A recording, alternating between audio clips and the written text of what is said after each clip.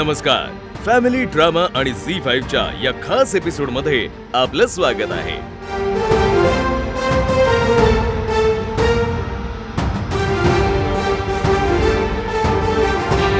मंडळी, तुम्ही काय काय मिस केलं त्यावर एक नजर टाकूया. तुमची आवडती मालिका नवरी मिळे हिटलरला मध्ये इतकी नाट्यमय वळणं आली की बघून तुम्ही थक्कच व्हाल. साळुंखे श्वेताच्या डोक्यावर प्रहार करून तिला बेशुद्ध करतो आणि हा प्लॅन माझ्यामुळेच सक्सेसफुल झालाय म्हणून मनोमन सुखावतो.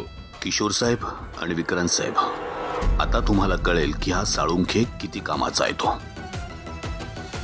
रस्त्यावर अनवाणी धावत सुटलेली चिंताग्रस्त लीला एका महिलेला धडकते.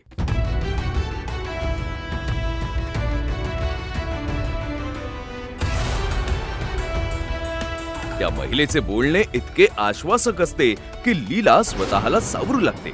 मोकळ्या मनानं देवाची पूजा कर. देव तुझ्या सगळ्या चिंता दूर करेल.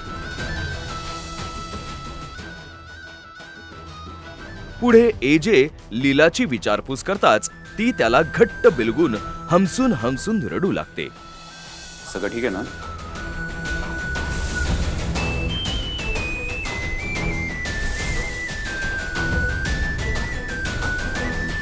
पुढे विक्रांत लीलाला व्हिडिओ कॉलवर धमकी देत पुढील इन्स्ट्रक्शन्स देतो. सध्यापुरतं तू त्या श्वेताच्या रूम मध्ये पोहोच.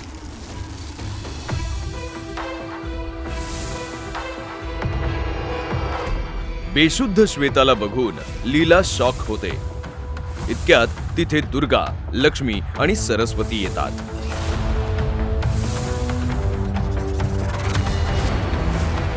मंडळी, तुला शिकवीन चांगलाच धडा या मालिकेत घडणाऱ्या प्रत्येक घटनेची माहिती तुम्हाला असायलाच हवी. एकीकडे सरगम अधिपतीला एकटं गाठून मोहात पाडण्याचे डावपेच रचते. अधिपती बघत पण नाहीयेत. तळ्यावर चालले म्हणत होते. हा, जाऊन बघते. तर दुसरीकडे चंचला अक्षराला चुकीची माहिती देऊन तिची दिशाभूल करते. मी अधिपतींना भेटायला आले होते पण इथे कुठेच दिसत नाही. इथे येत असं कळलं होतं मला. नाही, इथं नाही येत ते. मग चंचलानं असं का सांगितलं मला? पुढे सरगम अधिपतीला तळ्याकाठी एकट्याला गाठते आणि त्याला मैत्रीविषयी विचारते. फ्रेंडशिप बिडशिप असं काय आपल्यामध्ये होऊ शकत नाही. का? कारण आमच्या आयुष्यात एकच मैत्रीण आहे, मास्तरींबाई. अधिपतीचा नकार ऐकून ती पडण्याचं नाटक करते तेव्हा अधिपती तिला सावरतो. हे सर्व दृश्य अक्षरा लांबून पाहते आणि तिचा अधिपतीविषयी गैरसमज होतो. अधिपती! शेवटी अक्षरा अधिपती समोर आपल्या मनातल्या भावना व्यक्त करते. लई प्रेम करते मी तुमच्यावर. अधिपतीशिवाय मास्तरीनबाई जगू शकत नाही आणि तसं तिला जगायचं बी नाही. Adhipati, I love you. I love you. I love you. I love you. I love you. अश्रूंना वाट मोकळी करून देत त्याच्या मिठीत विसावते.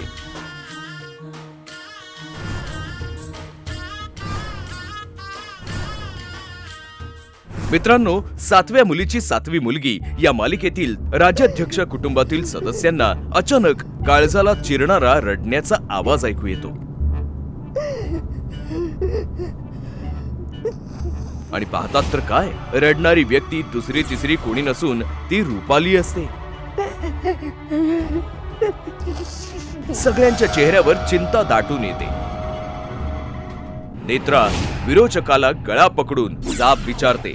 तू जिवंत कसा विरोचका?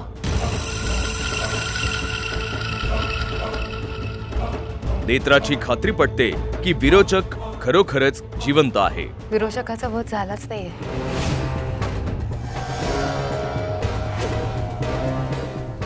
तितक्यात अद्वैतला एक फोन येतो.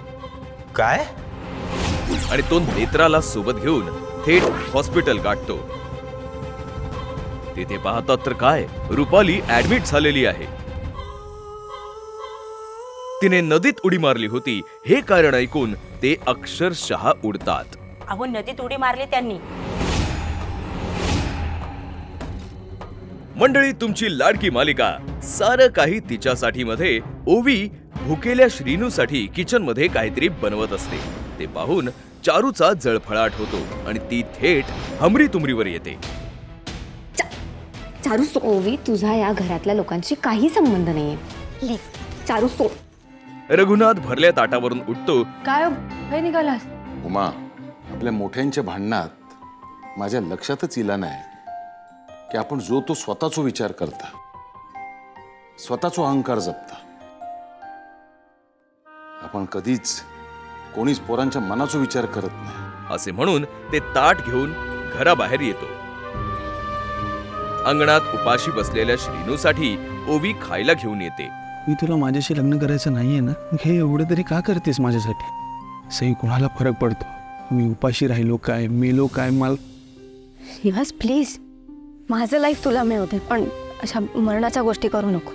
त्यांची एकमेकांबद्दलची ओढ बघून रघुनाथला बरे वाटते.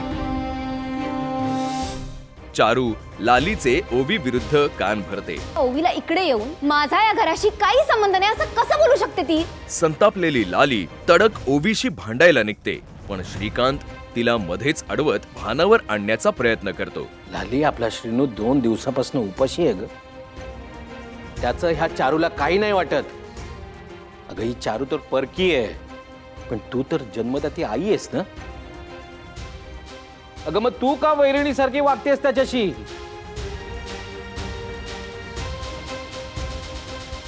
पुढे उमा असे काहीतरी पाहते की ती टेन्शन मध्ये येते. धावत जात घरात पाऊल टाकणार तोच ती अचानक थांबते.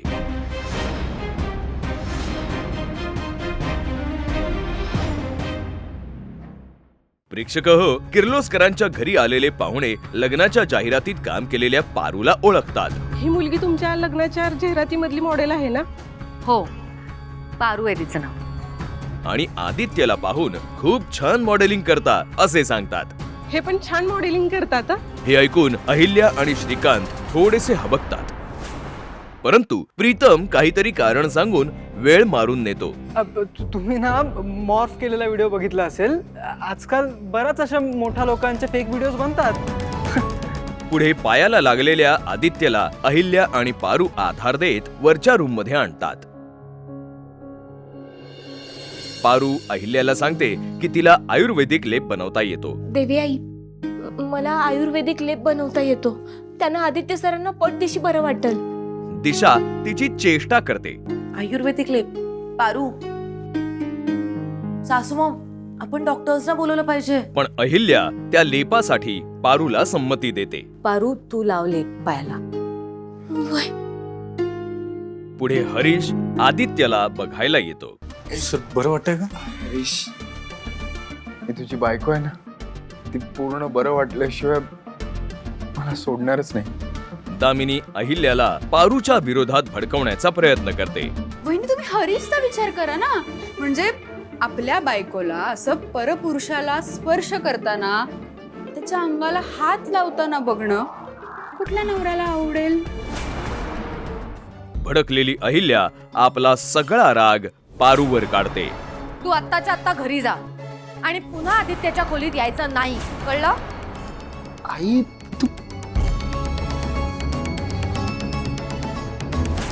प्रेक्षक हो, ही फक्त एक झलक झाली. या मालिकांचे संपूर्ण एपिसोड्स पाहण्यासाठी आताच झी5 ॲप डाउनलोड करा आणि पहा सर्व मालिका कधीही कुठेही, तेही एकदम फ्री. फक्त झी5 वर, कारण झी5 टीव्ही आहे आपला टीव्ही.